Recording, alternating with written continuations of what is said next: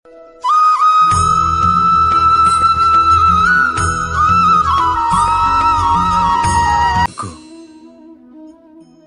সুন্দর শব্দ এই ভাগ্য, কিন্তু যতটা সুন্দর ঠিক ততটাই রহস্যময় এই শব্দ। কখন কি হবে কেউ জানে না। লোকে বলে যে ভাগ্যে যা লেখা আছে তার চেয়ে বেশি কিছুই পাওয়া যায় না, তার চেয়ে কমও কিছুই পাওয়া যায় না। নিয়তির যা রচনা তা কখনো মোছা যায় না। কিন্তু কেউ এইটা বোঝে না যে নিয়তি আপনার কর্মের দ্বারা বদলায়। যদি আপনি শুভ চিন্তা করেন, শুভ কর্ম করেন, তাহলে নিয়তি আপনার সাথে খারাপ কিছু হতেই দেবে না। কখনো আকাশে পাখিদের দেখুন, তারা কখনো ভাগ্যের উপর নির্ভরশীল হয় না। যতই ঝড় আসুক, যতই তীব্র হাওয়া দিক, ঘুরতে থাকে, একটা জিনিস জড়ো করে নিজের সৌভাগ্য, নিজের বাসা নিজেই তৈরি করে। নিজের সন্তানের জন্ম দেয়, তাকে লালন পালন করে, নিজেই তাকে উড়তে শেখায়, কখনোই ভাগ্যের উপরে নির্ভরশীল হয় না সে। এই বিষয়টা আমাদেরও শিখতে হবে। তাই মনে রাখবেন, আপনার ভাগ্য নিয়তির লিখন নয়। আপনার ভাগ্য তাই যেটা আপনি দিনের পর দিন আপনি নিজেই লেখেন। কিছু নিজে পরিশ্রম করে, কিছু নিজের ভাবনার জোরে। রাধা রাধা। মানুষের স্বভাব হলো যে সে সবসময় নিজে বলতে চায়, কারুর কথা শুনতে চায় না। কিন্তু তার এই স্বভাব তাকে এক বিশাল বড় জ্ঞানের থেকে দূরে সরিয়ে রাখে, সামনের মানুষের ব্যক্তিত্বের জ্ঞানের থেকে দূরে। তাই যদি আপনি কাউকে চিনতে চান, কাউকে বুঝতে চান, তাকে থামাবেন না, শুধু বলতে দিন। কারণ একজন ব্যক্তির ব্যক্তিত্ব লুকিয়ে থাকে তার কথার মধ্যে, আর তার আসল পরিচয় লুকিয়ে থাকে তার শব্দের পেছনে। বলতে দিন, আস্তে আস্তে আপনি সব বুঝতে পারবেন। এটাই তফাৎ হলো একজন সাধারণ মানব আর একজন মহামানবের মধ্যে। এক যে কাউকে বলতে দেয় না, আর এক যে সবার কথা শুনে। তাহলে সিদ্ধান্ত আপনার, আপনি কি সাধারণ হতে চান না অসাধারণ? কারণ এই ভবিষ্যৎ আপনার। রাধা রাধা। ভাগ্য আর কর্ম, এই দুই এমন শব্দ যাকে ঘিরে সমগ্র সংসার। কেউ বলে আমার ভাগ্যে এটা ছিল না, যা পেলে আমার জীবন অন্যরকম হতো। কেউ বলে আমার গত জন্মের কর্ম নিশ্চয়ই এমন ছিল, যে কারণে এই জন্মে এরকম ভাগ্য পেয়েছি আমি। এই সব বাদ দিন আর একবার শান্ত চিত্তে ভাবুন। আপনি বুঝতে পারবেন যে ভাগ্য আর কর্ম এই দুই এই জন্মের। তফাৎ শুধুমাত্র এটাই যে যদি ভাগ্যের কথা বলা হয়, তাহলে আপনি এই ভাগ্যের থেকে যত বেশি আশা করবেন তত বেশি নিরাশ হবেন আপনি। কারণ এই আশা আপনাকে কর্ম করা থেকে আটকায়। যদি কথা বলা হয় কর্মের, তাহলে নিজের কর্মের প্রতি যত বিশ্বাস রাখবেন তত বেশি সফলতা আপনার কাছে আসবে। তাই একটা কথা মনে রাখবেন, ভাগ্য আপনার কর্ম নির্ধারণ করে না, কিন্তু আপনার কর্ম আপনার ভাগ্যকে অবশ্যই নির্ধারণ করে। রাধা রাধা। এই সংসারে আলোর উৎস কি? সূর্য। এই সংসারে মিষ্টি জলের উৎস কি? নদী। এই সংসারে উচ্চতার প্রতীক কি হয়? হিমালয় পর্বত। আমরাও জীবনে এরকমই হতে চাই, সূর্যের মতো তেজস্বী হতে চাই, নদীর মতো পূজনীয় হতে চাই, হিমালয় পর্বতের মতো উচ্চতা লাভ করতে চাই। সব ঠিক আছে, কিন্তু তার জন্য আমরা কাজ কি করি? যদি এরকম আমরা হতে চাই, তাহলে সবার আগে সূর্যের মতো নিজেকে উজ্জ্বল করুন। সূর্যের সব থেকে বেশি আলো নিজের অন্তরে থাকে। নদীর মতো নিজের পথ নিজেই তৈরি করুন। পাথরের সাথে ধাক্কা খাওয়ার পরেও থেমে না যাওয়া শিখুন। হিমালয় পর্বতের মতো উচ্চতা লাভ করতে হলে সেটার মতো অটল থাকতে শিখুন। একটা কথা অবশ্যই মনে রাখবেন, নিজেকে জ্বালাবেন, তবেই সংসারকে আলোকিত করতে পারবেন। রাধা রাধা। প্রতীক্ষা, প্রয়াস, এই দুই জীবনের অভিন্ন অঙ্গ। দেখতে গেলে আমরা জীবনে কারোর না কারোর প্রতীক্ষা অবশ্যই করি। সে কোনো ব্যক্তি হোক বা সময় হোক বা কোনো ভাবনা, সবকিছুই হতে পারে। আর দেখতে গেলে সব সময় কেউ না কেউ কিছু প্রয়াসও করে চলেছে। যেমন সাফল্য আসার প্রতীক্ষা, বিফলতা যাতে না আসে তার জন্য প্রয়াস, সুখ আসার প্রতীক্ষা, দুঃখ যাতে না আসে তার জন্য প্রয়াস। এবার প্রতীক্ষা আর প্রয়াসের মধ্যে এক ঘনিষ্ঠ সম্পর্ক রয়েছে, আর তা হলো যিনি প্রতীক্ষা করেন তিনি ঠিক তাই পান যা একজন প্রয়াস করা ব্যক্তি পেছনে ফেলে আসে। তাই প্রতীক্ষা নয়, প্রয়াস করুন। এই প্রয়াসের মধ্যেই সুখের চাবিকাঠি রয়েছে। রাধা রাধা। মানুষ কর্ম করেন। আমি বারংবার বলি যে ফলের আশা করবেন না। তাও মানুষ কোথাও না কোথাও নিজের কর্মের বদলে কোনো না কোনো ফলের আশা অবশ্যই রাখেন। কখনো তিনি সফল হন, কখনো অসফল। সেই জন্যই আমি বলি যে ফলের আশা কখনো রাখবেন না, কারণ সাফল্য বা অসফলতা মনের মধ্যে রাখলে কখনো কোনো লাভ হয় না। যদি সাফল্য মনের মধ্যে রাখেন তাহলে অহংকার জন্ম নেবে। যদি অসফলতা মনের মধ্যে রাখেন তাহলে এক হীনমন্যতায় আপনি ভুগবেন, যা দিয়ে কোনো শুভকর্ম হবে না।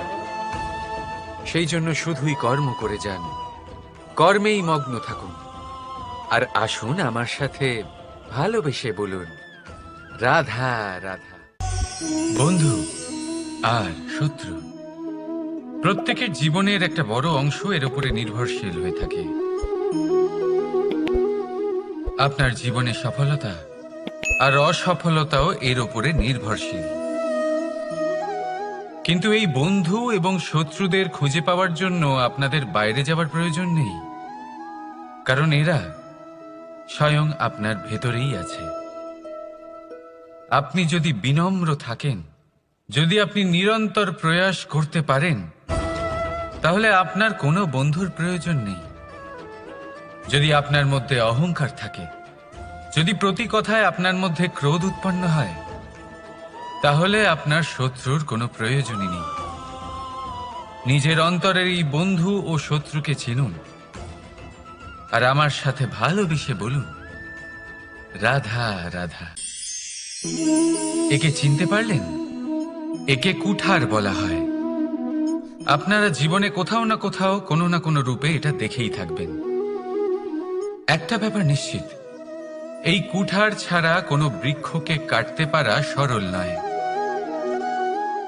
এবার আপনি কখনো এটা ভেবেছেন, এই কুঠার, এর এই অংশ, এর মুখটাই যদি না থাকে তাহলে কি হবে? এ শুধুমাত্র কোনো বৃক্ষই নয়, তার কোনো ডালও কাটতে সক্ষম হবে না।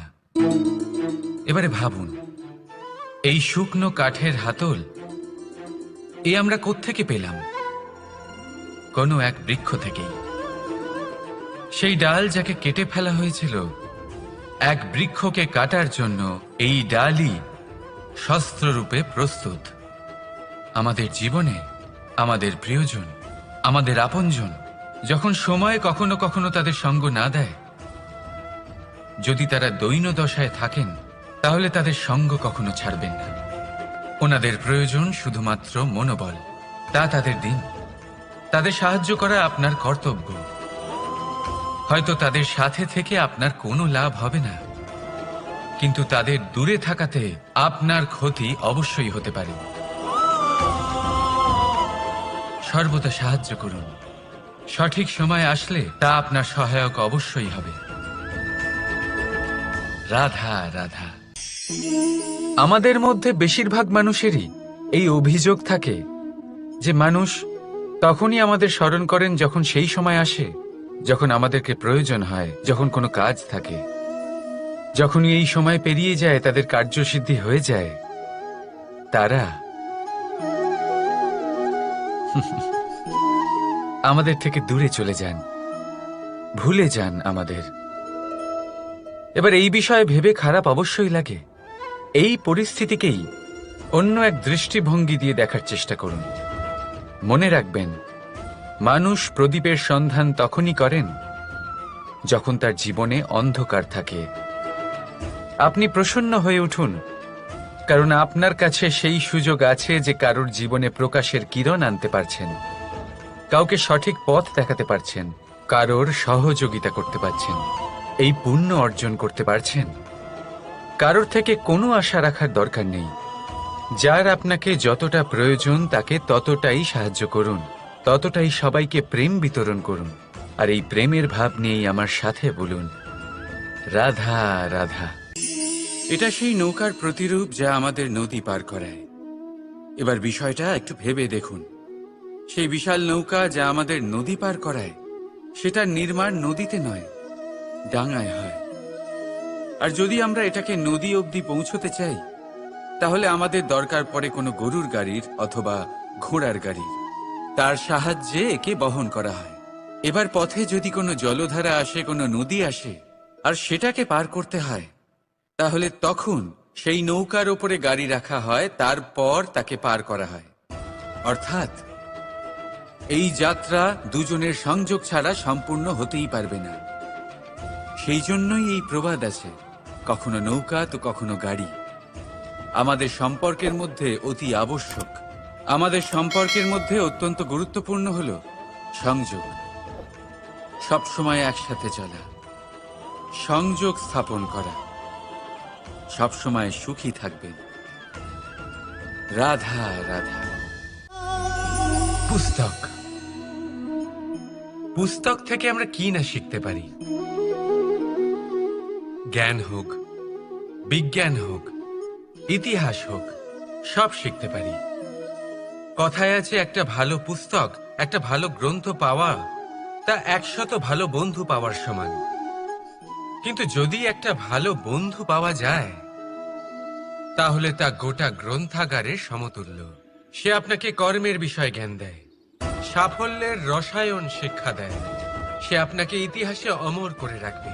শুধু তাই নয়, সে আপনাকে শুধু পথই দেখাবে না, সেই পথে আপনার সাথে সঙ্গী হয়ে চলবে সে। সেই জন্য জীবনে যদি কোনো ভালো বন্ধুকে পাশে পান, তাহলে তাকে আপন করে রাখবেন, তাকে সামলে রাখবেন। জীবন সহজ হয়ে যাবে। রাধা রাধা। বর্ষা ঋতু শুরু হলেই পাখিদের মধ্যে চাঞ্চল্য বেড়ে যায়। আর সেটা হবে নাই বা কেন? বাসা ভেঙে যায়, বৃক্ষ ভেঙে পড়ে। প্রত্যেক পাখি তার থাকার জন্য একটা নতুন জায়গার, একটা ছায়ার, একটা ছাদের খোঁজে থাকে। শুধু একটা পাখি এসব কিছুই করে না। না তো তার এসব সমস্যা নিয়ে কোনো চিন্তা থাকে, না কোনো দরকার পড়ে। আর সেই পাখি হলো বাজ।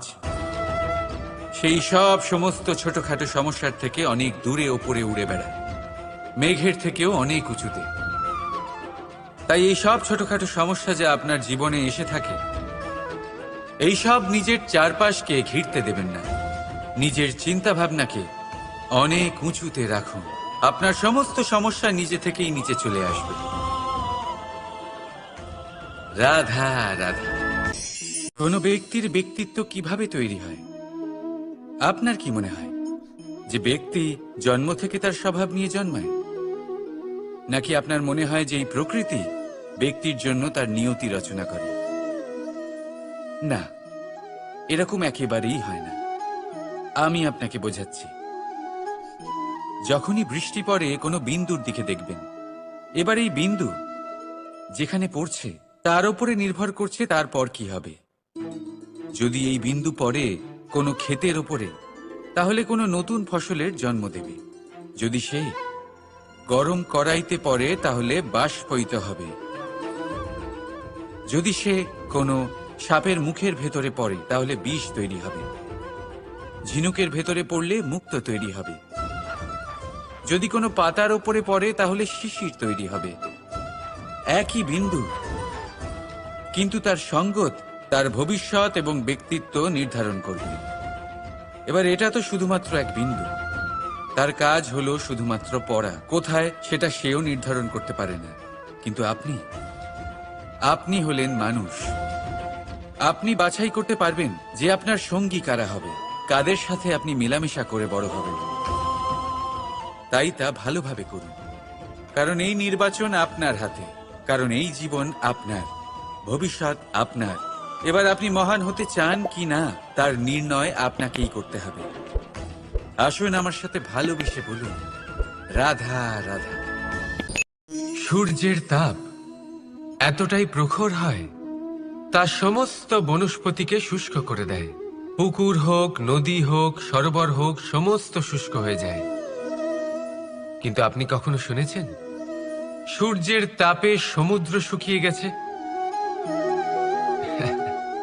এমন কখনোই হয় না। আর এর পিছনেই লুকিয়ে রয়েছে এক অমূল্য জীবনের শিক্ষা। সমুদ্রের মতো নিজেকে ধৈর্যশীল করে তুললে, নিজেকে সংযমী করে তুললে, সূর্যের তাপ আপনার কোনো ক্ষতি করতে পারবে না। আপনার অন্তর থেকে সেই তাপ বাষ্পায়িত হয়ে মেঘ তৈরি হয়ে সূর্যকে ঢেকে দেবে, আর তারপর হবে শুধু সাফল্যের বৃষ্টি। তাহলে আসুন আর আমার সাথে ধৈর্যের সাথে বলুন, রাধা রাধা। মানুষ অসুস্থ কেন হন? শারীরিক দুর্বলতার কারণে? না, মানুষ অসুস্থ হন তার মানসিকতার কারণে, তার বিবেকের কারণে, তার কর্মের কারণে, তার ক্রোধের কারণে। আর যখন কেউ সুস্থ হন, ঠিক হয়ে যান, তার মানে এটা নয় যে শুধু ওষুধের জন্য তিনি সুস্থ হয়েছেন। না, এটা কারোর তার প্রতি প্রেমের প্রভাব, বিশ্বাসের প্রভাব, সম্বলের প্রভাব। শুধুমাত্র ওষুধ দিয়ে কিছুই হয় না। যদি মনে প্রেম থাকে, বিবেক থাকে, বিশ্বাস থাকে, সম্বল থাকে, তবেই সেই ওষুধ কাজ করতে পারে। তাই মনে রাখবেন, এই জীবন হলো অত্যন্ত ছোট। মনে প্রেম ভাব রাখুন, মিত্রতা করুন, শত্রুতা নয়, ভালোবাসুন, বিদ্বেষ নয়। আর এই ভালোবাসার সাথেই বলুন, রাধা রাধা। মানুষ জীবনে সব সময় চিন্তা করে, ভাবতে থাকে যে তার জীবনে কতই না সমস্যা। তারপরে নিজের আশেপাশে দেখে আর ভাবে যে সবাই কত প্রসন্ন, শুধু আমার জীবনেই সমস্যা আছে। কিন্তু বিষয়টা তা নয়। শুধু প্রত্যেক ব্যক্তিরই নয়, প্রত্যেক প্রাণীরও জীবনে সমস্যা আছে। এবার মানুষ একটা পাখিকে দেখে এটাই ভাবে যে এদের জীবন কতটা সহজ। কোনো দেশেরই সীমারেখা এদের ওপর লাগু হয় না। কোথায় থাকবে সেই নিয়েও কোনো ভাবনা নেই, কত শান্তির জীবন এদের। তারপর সে একটা পিঁপড়েকে দেখে আর এটা ভাবে, কি অসাধারণ, এদের তো সারা জীবনই মাটির উপরেই অতিবাহিত হয়, খাবারটাও মাটিতেই পেয়ে যায়, কি শান্তির জীবন এদের। কিন্তু যখন কোনো ঝড় আসে তখন সবার আগে সেই পাখির বাসাটাই ঝড়ে ভেঙে যায়। এই পাখি যে শাখাতেই গিয়ে বসে পড়ুক, তাদের উপর সবসময় সংকট থাকে যে ওপর থেকে কোনো বড় পাখি এসে তাদের উপর প্রহার না করে, তারা নিজেদের প্রাণ না হারায়। আর যদি কথা বলি পিঁপড়েকে নিয়ে, এদের উপর সবসময় সংকট থাকে যে কোনোভাবে বাতাস বা জল এদের ভাসিয়ে না নিয়ে যায়, কোনো প্রাণী ওকে পা দিয়ে পিষে না দেয়, এই পিঁপড়ে পিষ্ট হয়ে না মারা যায়। দেখুন, সমস্যা প্রত্যেকের জীবনে রয়েছে, আর এই সমস্যা আসতেই থাকবে। এর অর্থ এটা নয় যে এই সমস্যার সম্মুখীন হওয়া যায় না, এর সমাধানও সম্ভব নয়। প্রত্যেক সমস্যার সমাধান অবশ্যই আছে, শুধু শান্ত মনে সেটা খুঁজে বের করতে হবে। তাহলে সেটাই করুন, প্রত্যেক সমস্যার সমাধান করতে থাকুন। যত সমাধান করবেন জীবন আনন্দময় হয়ে উঠবে। যদি সমাধান না করেন তাহলে আজীবন দুঃখই পেতে থাকবেন। আসুন আমার সাথে ভালোবেসে বলুন, রাধা রাধা। কর্ম, ধর্ম আর কর্তব্য, এই তিনটি একে অপরের সাথে জড়িত। আর অনেক সময় এই তিনটি পালন করতে করতে আমাদের সেই ব্যক্তির সামনে গিয়ে দাঁড়াতে হয়, তার বিরুদ্ধেই যেতে হয়, যাকে আমরা সব থেকে বেশি ভালোবাসি। কিন্তু সেইখানে এই যুদ্ধ কোনো ব্যক্তিগত যুদ্ধ থাকে না। এ হলো কর্ম, ধর্ম আর কর্তব্যের যুদ্ধ। এটা সরল নয়, অত্যন্ত কঠিন হয় তার সম্মুখীন হওয়া যাকে আমরা সব থেকে বেশি সম্মান করি। কিন্তু আমাদের তো আমাদের ধর্মের পথে চলতেই হবে, কারণ আমরা কর্মবদ্ধ, কর্তব্যবদ্ধ, আর এটাই করা উচিত। শুধু এটুকু মনে রাখবেন, যদি আপনার উদ্দেশ্য শুভ হয়, আপনার ভাবনা শুভ হয়, আপনি যদি কর্ম, ধর্ম আর কর্তব্যের পথে অগ্রসর হন, তাহলে এই প্রক্রিয়াতে যদি আপনাকে আপনার আরাধ্যেরও সামনে দাঁড়াতে হয়, তাহলেও আপনার কোনো ক্ষতি হবে না। তাহলে আসুন আর আমার সাথে ভালোবেসে বলুন, রাধা রাধা। সাথী, সাথী এই শব্দটির ব্যাখ্যা কে কিভাবে করে? মিত্র, সখা, বন্ধু। কিন্তু অর্থ একটাই, তিনি যিনি আপনার সঙ্গী হন আর তিনি যার সাথী আপনি হন। এবার সব থেকে বড় প্রশ্ন হলো এটাই যে তিনি কে হতে পারেন যাকে আপনি আপনার সাথী বলে মেনে নিতে পারেন, নিজের সখা, নিজের মিত্র, নিজের বন্ধু মেনে নিতে পারেন। আপনার সাথী হলেন তিনি যিনি দুঃখের সময় আপনার পাশে থাকবেন, আপনার হাত ধরে থাকবেন। আপনার সাথী হলেন তিনি যার হাত আপনি নিজের সুখের দিনে ধরে থাকবেন। সেই সাথীরই হাত ধরুন যিনি দুঃখে সবসময় আপনাকে সাহায্য করার জন্য তৎপর হয়ে থাকেন, আপনার পাশে থাকেন, আর যাকে সুখের দিনে আপনি আপনার সাথে রাখতে পারেন। আর যখন আপনার সাথে আপনার এই সাথী থাকবে, তখন আপনি এটা বুঝবেন যে যখন জীবনে দুঃখ আসে, তখন এই দুঃখ কমে যায়, সবার মধ্যে ভাগ হয়ে যায়। আর যদি তখন সুখ আসে, তাহলে সেটা সবার উপস্থিতিতে আরো বেড়ে যায়। এটাই হলো প্রেম, এটাই হলো ভালোবাসা, এটাই হলো সঙ্গ। যেমন সম্পর্ক আমার আর রাধার মাঝে।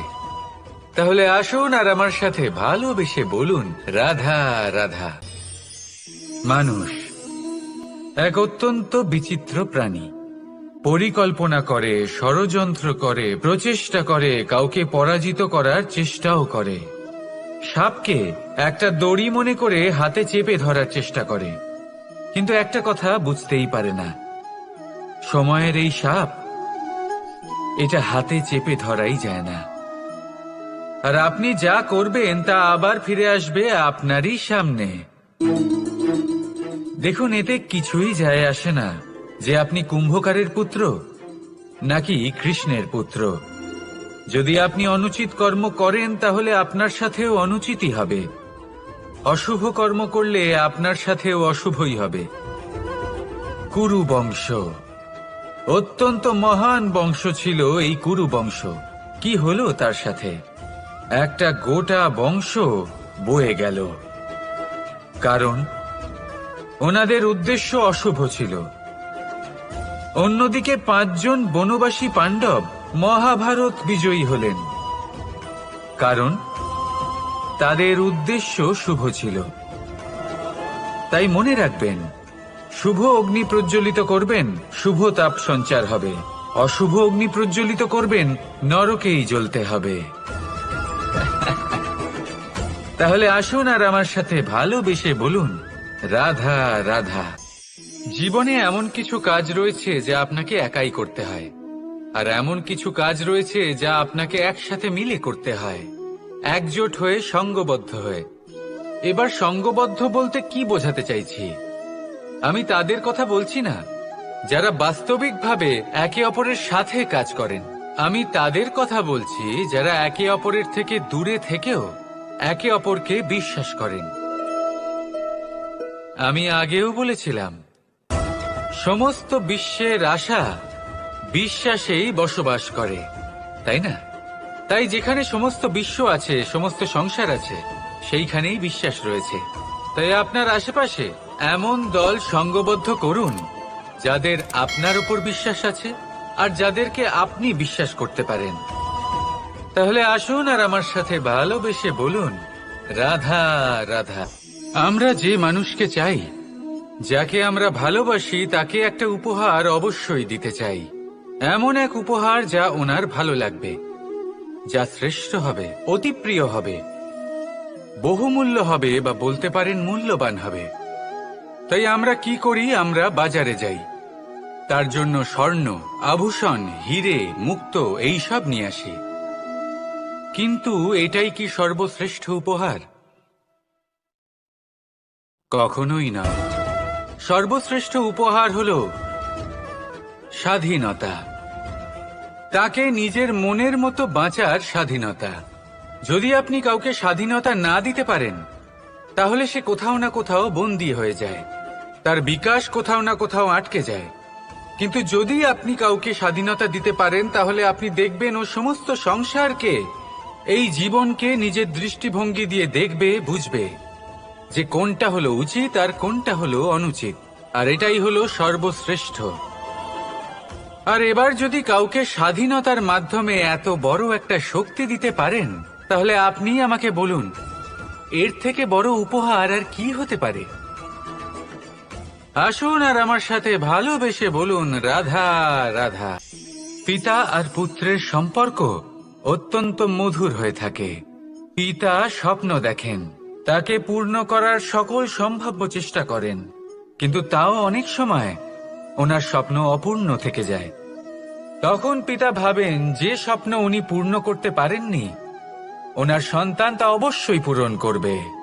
যে স্থানে উনি কখনো পৌঁছতে পারেননি, সেই স্থানে ওনার পুত্র অবশ্যই পৌঁছবে। পিতা নিজের সন্তানের ভবিষ্যৎ নিয়ে সেই স্বপ্ন দেখেন, আর যখন সেই সন্তান সামনে এগোতে থাকে, তখন তার দুঃখ হয় না, বরং গর্ব হয়। ওনার ভালো লাগে এটা দেখে যে ওনার সন্তান অনেক উন্নতি করছে।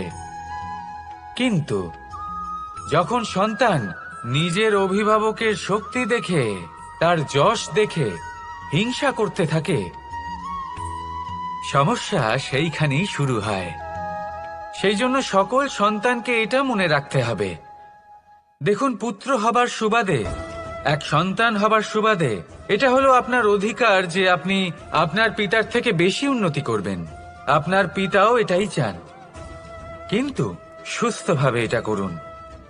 একটা রেখা টেনে নিন, যাতে আপনি তাতে এগোতে পারেন আর আপনার পিতার তাতে গর্ববোধ হয়, আর সেই বিষয়ে দুঃখ না হয় যে আমার সন্তান আমাকেই ছোট করার চেষ্টা করছে। ইতিহাস সাক্ষী রয়েছে, যে মানুষ অন্য কাউকে ছোট করার চেষ্টা করেছেন, সেই মানুষই ছোট হয়ে গেছেন। আর আমার মনে হয় না আপনি এটা চান, কারণ কোনো একদিন আপনিও কারোর পিতা হবেন। আসুন আমার সাথে ভালোবেসে বলুন, রাধা রাধা। প্রেম এই সংসারে এসেছিল এই সংসারকে প্রেমের শিক্ষা দেওয়ার জন্য, এই জীবনের সুখের অনুভূতি আসলে কি তা শেখানোর জন্য। কিন্তু যদি সত্যি কথা বলি, তো আমি নিজেই প্রতিদিন প্রেমের নতুন নতুন স্বরূপ দেখতে পাই, প্রেমের একটা নতুন অনুভূতি প্রত্যেক নতুন দিনে। আর তার কারণ হলো এই প্রেম অনন্ত, এ হলো দৈব। প্রেম হলো এই সংসারের সব থেকে বড় ঢাল এবং সব থেকে বড় অস্ত্র। এই প্রেম ছাড়া না কোনো ন্যায় হয় আর না কোনো শাস্ত্র, না জীবন আছে আর না অন্ত। এবার যদি এই প্রেম মনের মধ্যে বাস করতে শুরু করে, তাহলে কখনো কোনো সমস্যাই হবে না, আর যদি হয়েও থাকে তাহলে তা স্থায়ী হবে না। এই প্রেম কি না করতে পারে? এই প্রেম সমস্ত সমস্যা মিটিয়ে ফেলতে পারে, আপনার মনের মধ্যে অহংকারকেও বিনাশ করে দিতে পারে, আপনাকে সাক্ষাৎ ঈশ্বরের সাথে দেখা করাতে পারে। তাই প্রেমের দ্বারা প্রয়াস করতে থাকুন, এই সংসারের প্রত্যেক মানুষকে, প্রত্যেক বস্তুকে, প্রত্যেক জীব জন্তুকে ভালোবাসবেন। আর এই প্রেমের দ্বারাই বলুন, রাধা রাধা। মানুষের জীবনে স্বচ্ছতার একটা আলাদা গুরুত্ব আছে। যদি আপনি নিজেকে স্বচ্ছ রাখেন, তাহলে আপনার নিজেরও ভালো লাগবে, সামনের ব্যক্তিরও ভালো লাগবে, একটা অন্যরকম প্রভাব পড়বে। কিন্তু একজন শ্রেষ্ঠ ব্যক্তি কিভাবে হয়ে ওঠা সম্ভব? যার মধ্যে গুণ আছে, শিক্ষা আছে, শুভ চেতনা আছে, যিনি সৎকর্ম করেন। কিভাবে হব সেই ব্যক্তি যার মধ্যে জ্ঞান আছে? শুধুমাত্র স্বচ্ছ থাকলে তো তা হওয়া সম্ভব নয়। প্রথমে আপনাকে বুঝতে হবে যে মানুষের মধ্যে 4টি মূল তত্ত্ব আছে। প্রথম হলো তার শরীর, যার দ্বারা উনি যে কোনো কর্ম করে থাকেন। দ্বিতীয় তত্ত্ব হলো তার মন, যার দ্বারা কোনো কর্ম করার জন্য সে নিজেকে প্রেরণা দিতে থাকে। তৃতীয় তত্ত্ব হলো বুদ্ধি, যে কর্ম আমরা করতে চাই, যে লক্ষ্যে আমরা পৌঁছতে চাই, সেটা আমরা কিভাবে কোন পথে করব সেটা স্থির করা যায় বুদ্ধি দিয়ে। আর চতুর্থ তত্ত্ব হলো আত্মা। আত্মা হলো এমন এক তত্ত্ব যার কোনো সমাপ্তি নেই। আত্মা হলো অজয়। কিন্তু এরও শুদ্ধিকরণের প্রয়োজন হয়। এই 4টি তত্ত্বের শুদ্ধিকরণ করতে থাকুন, এতে নির্মল রাখুন, শুদ্ধ রাখুন। এবং এটা কিভাবে হবে? শুভ চেতনা দ্বারা, জ্ঞানের দ্বারা, এবং সবথেকে বেশি গুরুত্বপূর্ণ প্রেমের দ্বারা। আসুন আমার সাথে ভালোবেসে বলুন, রাধা রাধা। মানুষ তার জীবনে শিক্ষা এবং প্রেম এই দুই লাভ করে তার মাতা, পিতা এবং গুরুর কাছ থেকে। কিন্তু মানুষ সবথেকে বেশি ভালোবাসে নিজের মাতাকে, কারণ মাতা খুব নির্মল চিত্তে ভালোবাসে, শান্ত মনে আমাদের অন্তরে শক্তির সঞ্চার করে থাকেন, আমাদের উৎসাহ দেন, বলশালী করে তোলেন। ব্যাপারটা কিন্তু এমন নয় যে আমরা নিজেদের বাবা বা গুরুকে ভালোবাসি না, তাদেরকেও আমরা অত্যন্ত ভালোবাসি, শুধু ওনাদের কঠোর ব্যবহার দেখলে আমরা একটু ভয় পেয়ে যাই। এবার ওনাদের এই কঠোর ব্যবহার আমাদের ভালো না লাগলেও অত্যন্ত আবশ্যক, কারণ মাতার থেকে আমরা যে শক্তি লাভ করি তা যেন নিয়ন্ত্রণ হারিয়ে বিধ্বংসী না হয়ে ওঠে, আমরা যেন কোনো কুপথে না চলে যাই, আমরা কখনো যেন দোষ না করে ফেলি। শুধু সেই জন্য পিতা এবং গুরু একটু কঠোর হয়ে ওঠেন, এবং ওনাদের এই কঠোর আচরণ ভবিষ্যতে গিয়ে আমরা অবশ্যই বুঝতে পারি। জীবনে কিছু বছর আমরা এগিয়ে যাই আর তারপর আমরা বুঝতে পারি যে বাবা এবং গুরু আমাদের যথেষ্ট ভালোবাসতেন, কিন্তু ওনাদের ভালোবাসার বহিঃপ্রকাশ আলাদা। প্রয়োজনীয় হলো এটা দেখার, এটা বোঝার যে শুরু থেকে আমাদের প্রতি ওনাদের আচরণ কেমন ছিল। ওনাদের কঠোর হওয়ার পেছনে ওনাদের ভালোবাসাটা বোঝার চেষ্টা করুন, ওনাদের চিন্তাটা বোঝার চেষ্টা করুন, ওনাদের পথপ্রদর্শনের আড়ালে আপনার ভবিষ্যতের জন্য যে পরিকল্পনা ওনারা করেছেন সেটা বোঝার চেষ্টা করুন। তখন আপনারা বুঝতে পারবেন ওনাদের ভালোবাসাকে। আপনার মনের মধ্যে আপনা থেকেই ওনাদের প্রতি সম্মান জেগে উঠবে। নিজের পিতা এবং নিজের গুরু এই দুজনের প্রতি কৃতজ্ঞতা প্রকাশ করুন আর আমার সাথে ভালোবেসে বলুন, রাধা রাধা। জীবন কিসের উপর নির্ভরশীল? ধনের ওপর, বৈভবের ওপর, নিঃশ্বাসের ওপর? না, এই জীবন নির্ভরশীল বিশ্বাসের ওপর। বিশ্বাস নিজের ওপর, বিশ্বাস আমাদের আপনজনের ওপর। কিন্তু যখন এই বিশ্বাস ভেঙে যায় তখন মানুষের মনও ভেঙে যায়, আর তারপর সে অন্য কিছু করতেই পারে না। তখন কি করা যেতে পারে? 3টে কাজ আছে যা আপনি করতে পারেন। প্রথম, ভালোবাসা। যাকে আপনি ভালোবাসেন, যারা আপনাকে ভালোবাসে, ভুল যারই হোক না কেন, তার কাছে ক্ষমা চাইতে কখনোই সংকোচ বোধ করবেন না। দ্বিতীয় হলো বিশ্বাস। যারা আপনাকে ভালোবাসেন, আপনাকে বিশ্বাস করেন, তাদের বিশ্বাস কখনো ভাঙবেন না। তৃতীয় হলো আশা। যারা আপনাকে ভালোবাসেন, আপনাকে বিশ্বাস করেন, তাদের আশা আপনার সাথে জড়িত, তাদের থেকে কখনো কিচ্ছু লুকোবেন না। এই 3টে কাজ করুন আর এই জীবন সুপ্রসন্ন হয়ে বলবে, রাধা রাধা। মানুষের জীবনে 2 ধরনের আবেগ থাকে যা চিরকাল তার সাথে বসবাস করে। প্রথম, স্বপ্ন। দ্বিতীয়, অজুহাত। মানুষ হাজার হাজার স্বপ্ন দেখতে পারে। আমাকে এই কাজ করতে হবে, আমাকে ওখানে ঘুরতে যেতে হবে, আমায় জীবনে এই অসম্ভব কাজ বাস্তবায়িত করে দেখাতে হবে, আদি ইত্যাদি। এবার ঠিক যেমন স্বপ্ন দেখেন সেইভাবে অজুহাতও খুঁজে নিয়ে আসেন। আমি এই স্বপ্ন পূরণ করতে পারলাম না, কারণ আমাকে কেউ সাহায্যই করল না, কারণ আমি দুর্বল হয়ে পড়েছিলাম, কারণ আমার কাছে সময়ই ছিল না, আদি ইত্যাদি। এবার সাফল্য এবং অসফলতার মাঝখানে এই ধরনের সংঘর্ষ হতে থাকে। সাফল্য তখন লাভ করা সম্ভব যখন আপনার স্বপ্ন আপনার অজুহাতের থেকে অনেক বড় হয়, আর অসফলতা তখন পাবেন যখন আপনার অজুহাত আপনার স্বপ্নের থেকে অনেক বড় হয়। আপনি যদি সাফল্য লাভ করতে চান তাহলে চেষ্টা করতে থাকুন, পরিশ্রম করুন। যদি অসফল হন তাহলে ভয়ভীত হওয়ার কোনো প্রয়োজন নেই। নিজের ভুল বুঝুন, তাকে শুধরে নিন, আবার চেষ্টা করুন। কিন্তু যদি নিজের জীবনে অজুহাত নিয়ে আসেন তখন স্বপ্ন কখনো পূরণ হবে না। আসুন আমার সাথে ভালোবেসে বলুন, রাধা রাধা। ভয়ের সাথে আমরা সবাই পরিচিত, কষ্টও আমরা সবাই পেয়েছি। কখনো কখনো আমরা অসুস্থ হয়ে পড়ি, আর এমন সময় হলে মাতার মমতা, কখনো বাবার স্নেহ, কখনো বন্ধুদের পাশে থাকার অনুভূতি আমাদের রোগ নিরাময়ে সাহায্য করে। কখনো যদি আমরা নিরাশ হয়ে পড়ি, তখন যদি আমাদের কোনো আপনজন আমাদের দুটো ভালো কথা বলে, তখন আমাদের মনোবল বেড়ে যায়। ঠিক তেমন সংসারের এই রঙ্গমঞ্চে যদি আপনি পীড়িত অনুভব করেন, কিছু শুভ কথা আলোচনা করুন, কিছু স্তুতি গান করুন, কিছু মুহূর্তের জন্য হলেও নিজের ইষ্টদেবের কথা স্মরণ করুন আর প্রার্থনা করুন। সাহস বাড়বে, শক্তিও বৃদ্ধি পাবে এবং সামনে এগিয়ে চলার পথও দেখতে পাবেন।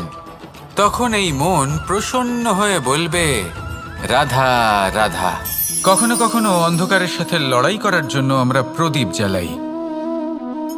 এতে প্রথমে সলতে রাখি, তারপর তেল ঢালি, তারপর আগুন জেলে এটা প্রজ্বলিত করি। তারপর একটা সময় আসে যখন এই প্রদীপ নিভে যায়। কারণটা কি? কারণ কি এটা যে প্রদীপের প্রকাশমান হওয়ার ক্ষমতা সমাপ্ত হয়েছে? না, এই যে আগুন আমরা দেখতে পাচ্ছি, এই আগুনের জন্য যে শক্তির প্রয়োজন হয় তা আসে এই তেল থেকে। যদি এই তেল সমাপ্ত হয়ে যায় তাহলে এই প্রকাশ তাও সমাপ্ত হয়ে যায়। আর আমাদের জীবনে এই তেল হলো আমাদের কর্ম, আর এই আগুন আর এর দ্বারা উৎপন্ন হওয়া প্রকাশ আমাদের ভাগ্য। যত আমাদের কর্ম ক্ষীণ হতে থাকবে, আমাদের ভাগ্য সৌভাগ্য কোথাও না কোথাও লুপ্ত হয়ে যাবে। যে উজ্জ্বল ভবিষ্যৎ আমরা চাইছি তা কখনো লাভ করতে পারবো না যদি কর্ম না করি। ঠিক যেমন তেল ছাড়া অগ্নি উৎপন্ন হয় না, তেমনি কর্ম ছাড়া সৌভাগ্য হয় না। আর যেমন কর্ম তেমন ভাগ্য। তাই সবসময় কর্ম করতে থাকুন, কর্ম করা থামাবেন না। আর আমার সাথে ভালোবেসে বলুন, রাধা রাধা। জীবনে তিনটি বিষয় আছে, তিনটি বস্তু আছে, তারা যেন আপনাকে কখনো বশে না করে নিতে পারে। প্রথম হলো ধন। ধন যতক্ষণ আপনি ব্যবহার করতে থাকেন, যতক্ষণ তা আপনার কাজে আসছে, ততক্ষণ ঠিক আছে, এই ধন আপনার কাছে অমৃত। কিন্তু যখন এই ধন আপনাকে ব্যবহার করতে শুরু করে, বুঝে যাবেন যে আপনার পতনের সময় শুরু হয়েছে। দ্বিতীয় বিষয়, ফেলে আসা অতীত। যাই করুন, আপনি অতীত পাল্টাতে পারবেন না, আর এই সত্যিটা আপনিও জানেন। কিন্তু তাও এর বশবর্তী আমরা হয়ে পড়ি। আর যখন তাই হয়, তখন এই সংসারে আমরা যেখানেই যাই না কেন, যত বড়ই সুখ লাভ করি না কেন, সেই সব আমাদের কাছে তিক্ত বলে মনে হয়। তৃতীয় বিষয়, আপনার আশেপাশের মানুষ ভিন্ন ভিন্ন ধরনের মানুষ হয়, যাদের চিন্তা ভাবনা এবং দৃষ্টিভঙ্গি ভিন্ন ভিন্ন প্রকারের। যদি এদের বশবর্তী আপনি হয়ে পড়েন, তাহলে কেউ বলবে এটা করো, এটা ভালো। কেউ বলবে এটা করো না, ওটা করো, ওটা ভালো কাজ। কেউ বলবে এই দুটোই করো না, অন্য কিছু করো। এই কথাগুলিতে আপনি এতটাই জড়িয়ে পড়বেন যে আপনি লক্ষ্যভ্রষ্ট হয়ে পড়বেন। তাই এই তিন বিষয় থেকে সাবধানে থাকবেন। যদি কোনো কিছু বশ করতে হয়, তাহলে আপনাকে বশ করতে হবে আপনার আজকে, নিজের বর্তমানকে। এটা খুব প্রয়োজনীয়।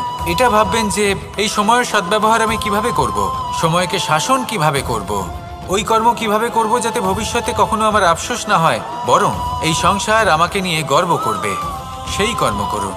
আর যখন আপনি এটা শিখে নেবেন, তখন আপনি নিজেই নিজেকে প্রকৃত অর্থে ভাগ্যশালী করে তুলবেন। আসুন আমার সাথে ভালোবেসে বলুন, রাধা রাধা। অনেক সময় আমরা কারোর নীরবতাকে তার দুর্বলতা ভেবে বসি,